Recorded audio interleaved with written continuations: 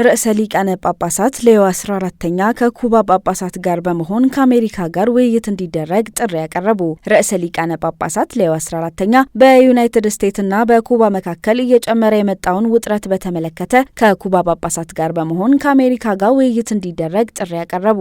በኩባና በዩናይትድ ስቴትስ መካከል ያለው ውጥረት እየጨመረ በመጣበት በአሁኑ ወቅት ርዕሰ ሊቃነ ጳጳሳት ሌዮ 14ኛ ለኩባ ሕዝብ ጥቅም ሲባል ሁለቱ ሀገራት ውይይት እንዲያደርጉ ጥሪ ያቀርበዋል።